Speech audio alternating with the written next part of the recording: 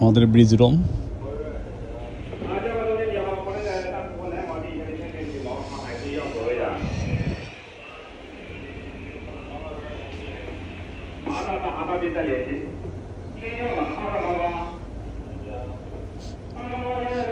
এই পাশে কিছু কম্পিউটার আছে কাজ করার জন্য, অফিসিয়াল কাজ। এই পাশে কিছু ইকুইপমেন্ট আছে, সিসি ক্যামেরা। এখানে পুরো জাহাজের আশেপাশে ভিউগুলো দেখা যায়। তো এখানে কিছু ইকুইপমেন্ট আছে। এখানে আমাদের চার টেবিল, এখানে কাজগুলো করি আমরা, লেখালেখি বা আদার্স যে কাজগুলো থাকে।